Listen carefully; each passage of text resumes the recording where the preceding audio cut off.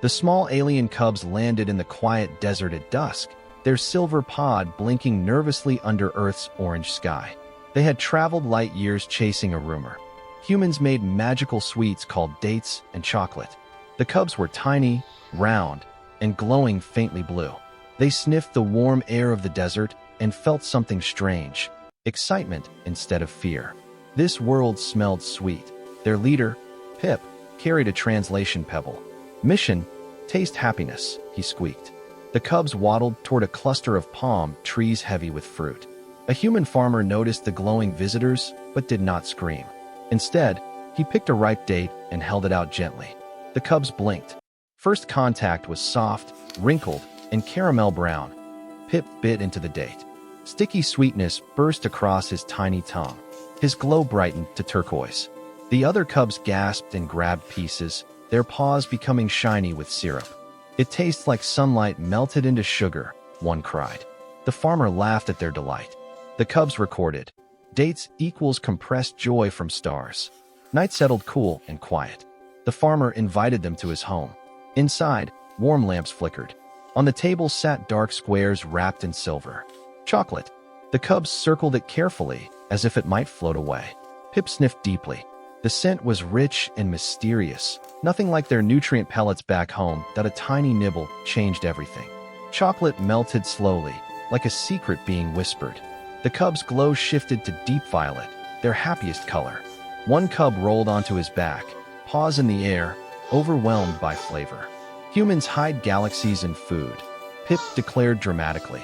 The farmer only smiled and broke more pieces. The cubs learned that dates grew under patient suns and chocolate came from careful hands and roasted beans. They admired how humans worked with soil, trees, and fire. "They turned simple things into wonders," murmured a cub named Luma.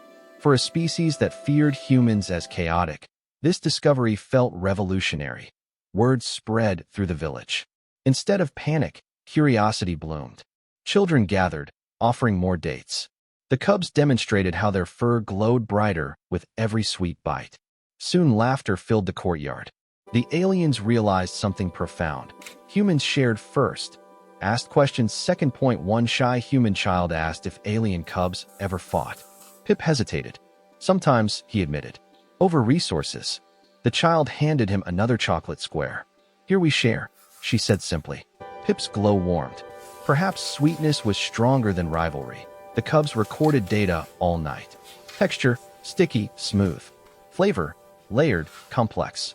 Emotional response, extreme happiness. Unexpected variable, kindness enhances taste. They could not separate the food from the smiles that came with it. That a storm rolled over the desert the next day. Wind howled against the farmhouse. The cubs huddled nervously. The farmer brewed hot cocoa and chopped dates into warm bread. The cubs tasted comfort for the first time. Chocolate in liquid form felt like a hug from inside. During the storm, Pip transmitted a message home. "Humans are not conquerors," he said. "They are creators of sweetness." Static crackled, but the message carried hope along with scientific findings. When the storm cleared, the palm trees shimmered with rain. The cubs helped gather fallen dates, carefully placing them in baskets. "Reciprocity," Luma said proudly. Helping felt as warm as chocolate.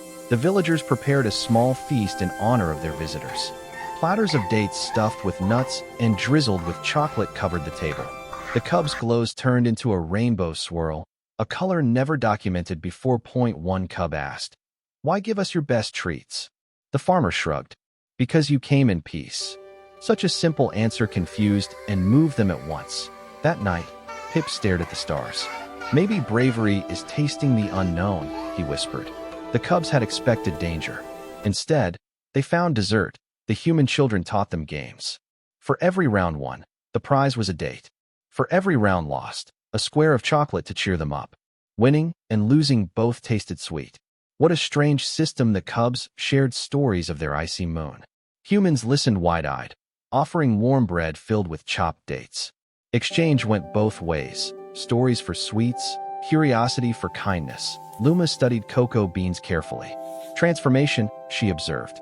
"Humans take bitterness and turn it into pleasure." That lesson seemed bigger than food. A visiting merchant brought white chocolate. The cubs squealed at the creamy surprise. New variations meant endless discovery. Humans never stopped experimenting. One cub tried too much chocolate and felt wobbly. The humans provided water and gentle pats. Care followed indulgence. Balance mattered here.